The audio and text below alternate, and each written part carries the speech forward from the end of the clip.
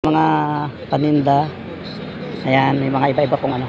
Kaway-kaway naman dyan sa ating vlog. Yan yung gumagawa ng billboard. Yan magawa sa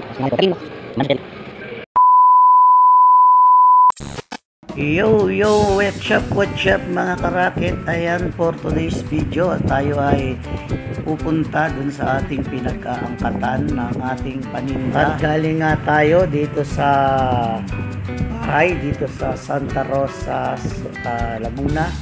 Papunta po tayo dun sa ating pinag-aangkatan ng ating mga paninda na doormat mga karakit. At ayan nga, ikot-ikot muna tayo dito sa ating subdivision at para makita nyo yung ating ginagalaan dito mga karakit. At mamaya makikita nyo kung saan yung lugar at saan ako kumukuha ng aking mga paninda. At syempre at makita nyo rin yung shop na ating pinagkukunan. Kaya lang medyo mga malayo nga mga karakit, kaya ikot-ikot muna tayo dito. Ayan, medyo malayo yung ating biyahe mga karakit. Mga ilang minuto din yung ating babiyahin bago tayo makarating dun sa ating location na pupuntahan. At gamit nga pala natin dyan ang nabili natin sa TikTok na cellphone strap body holder para makapag motovlog tayo mga karakit. Kaya ayan, ang ganda ng kuha. Hindi ko na kailangang hawakan yung aking cellphone, nakasabit lang yan sa aking dibdib. At ayan, makukuna na yung ating dinadaanan mga karakit.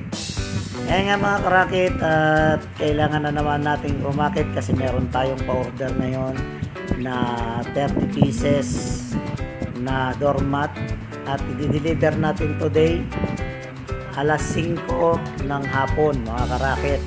Kaya pupuntahan na natin dun sa shop kung meron nang natapos at kung i-deliver na ba natin mamaya, kasi para hindi tayo medyo madelay. Kaya kailangan natin magmadali at ipapollow up na natin yung ating mga gumagawa ng ating order. Tingnan natin mga karakit kung meron na ba silang nagawa at kung ilang piraso na yung nagawa, kung matatapos pa today. Pero kailangan talagang matapos mga karakit para tayo ay kumita ng maganda, kasi pag marami tayong mapapa-order, marami tayong mati-deliver, mas marami yung kita. At meron yung truck na nasiraan mga karakit, hinihila, kaya tayo ay sumingit dito sa kabila para makauna. Ayan, malapit na tayo mga karakit. Ang ginagawa ko nga pala mga karakit para tayo ay kumita, pag maramihan mga karakit, nagbibigay tayo ng magandang discount sa ating mga customer na maramihan kung kumuha. Pero pag mga isa-isang peraso, 3 peraso, hindi natin pwedeng ibigay sa mababang presyo, kasi lugi na tayo, hindi naman tayo makakakuha ng mura din dun sa ating kinukunan dahil kunti lang din naman yung kuha. Kaya ang ginagawa ko mga karakit, para maka-discount tayo ng malaki, bultuhan na tayo kung kumuha.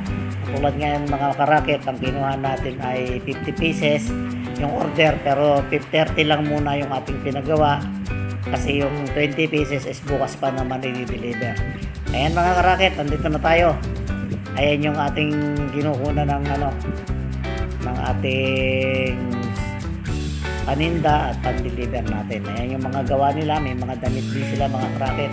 Pero ang pinakamalakas talaga sa akin ay yung doormat. Ayan, meron din sila mga bilog na basahan at iba-iba. Ayan yung mga gumagawa mga karakit. Ayan, pakaway-kawayin natin sila. Ayan, sila yung mga gumagawa.